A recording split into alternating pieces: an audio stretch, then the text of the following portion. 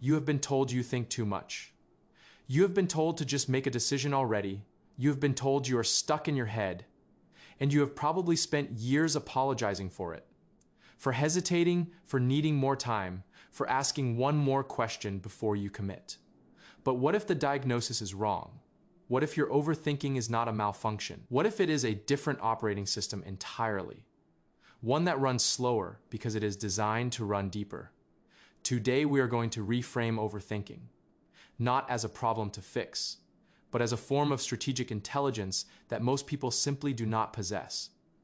To understand yourself, we need to look at two different types of thinkers, and the fundamental difference in how their brains process reality. Think of the human brain like a construction site. Most people are contractors. When they see a problem, they immediately grab their tools and start building.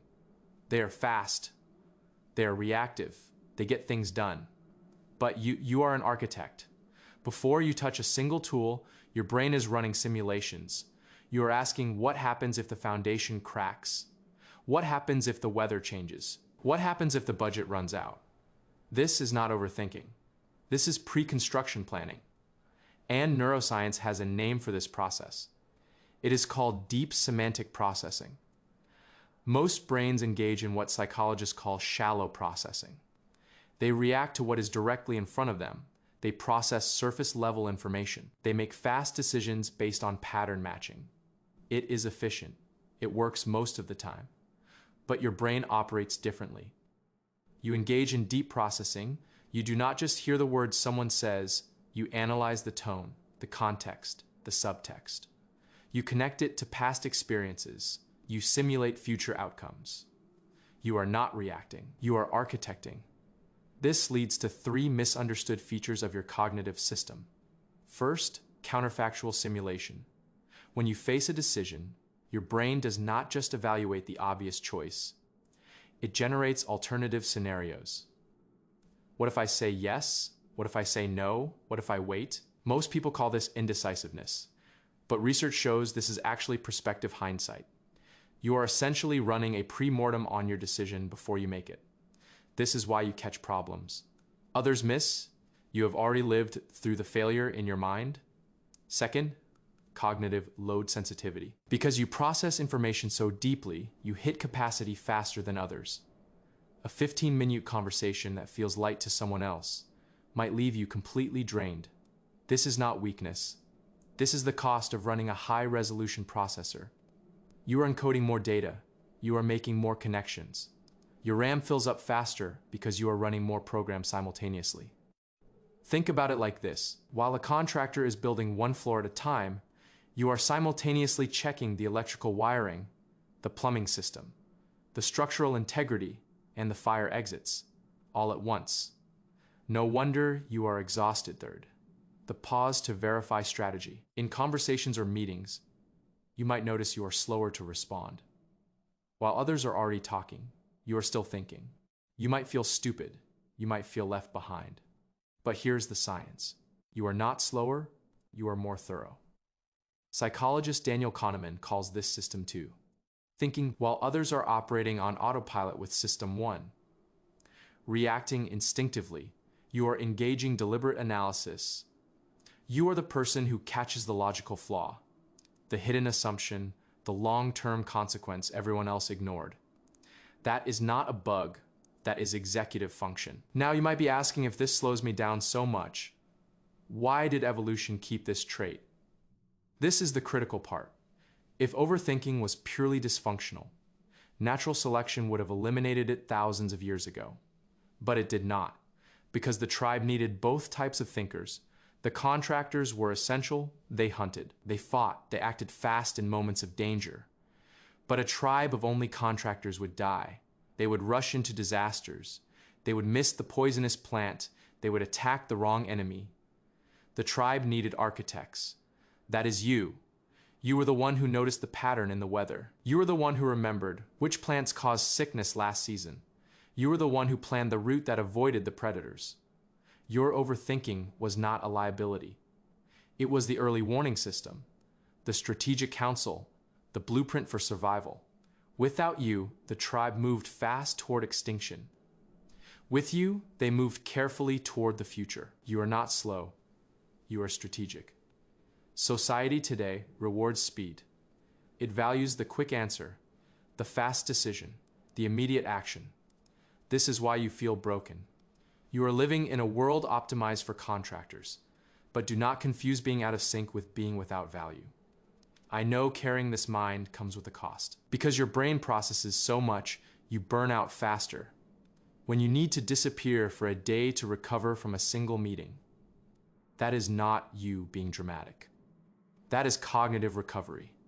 Your processor overheated. But here is what most people miss. When you learn to manage your energy, you do not just survive. You become unreplaceable. Because the world is full of people who can act fast, but it is starving for people who can think deep. So here's my framework for you. First, strategic selectivity. You cannot architect everything. That is the trap most overthinkers fall into. You try to apply deep processing to every single decision in your life. What to eat for breakfast, what shirt to wear, what route to take to work. This burns you out on trivial decisions and leaves you too drained for the ones that actually matter. You need a sorting system. Divide your decisions into two categories: low stakes and high stakes. Low stakes decisions, use the contractor mode. Set a timer for 2 minutes. Make the call. Move on. High stakes decisions, career moves, relationships, major purchases. This is where you activate architect mode. Take your time. Run your simulations. Trust your depth. Second, externalize the simulation. One reason overthinking feels so exhausting is because you are trying to hold all the variables in your head at once. Your working memory is overloaded. The solution is simple.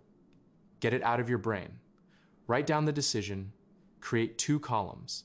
If I do this, if I do not do this. List the outcomes you are simulating. Suddenly, the mental fog clears. You are no longer juggling, you are analyzing.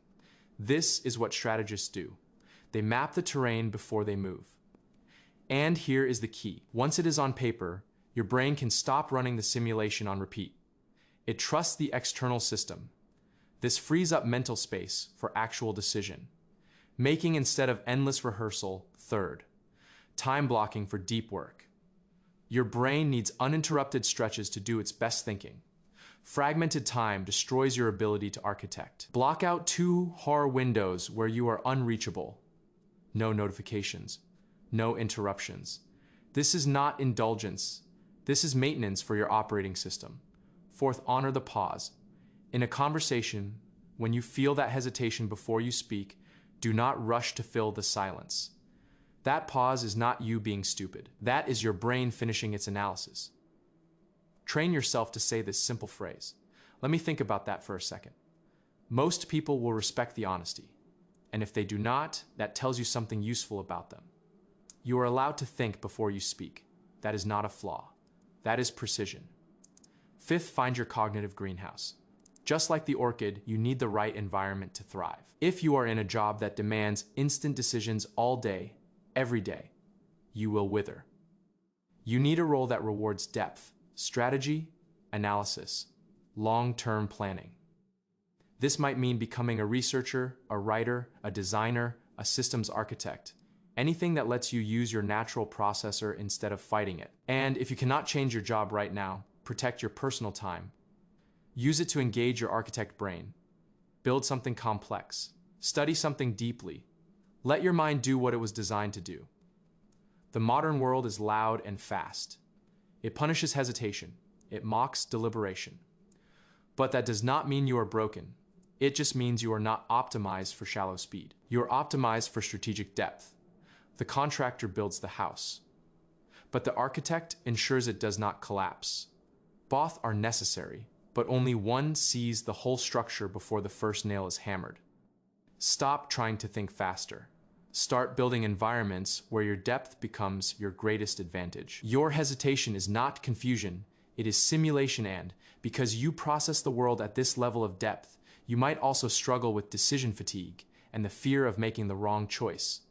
If that resonates, you might want to explore the psychology of perfectionism and how it interacts with strategic thinking. I will see you in the next one.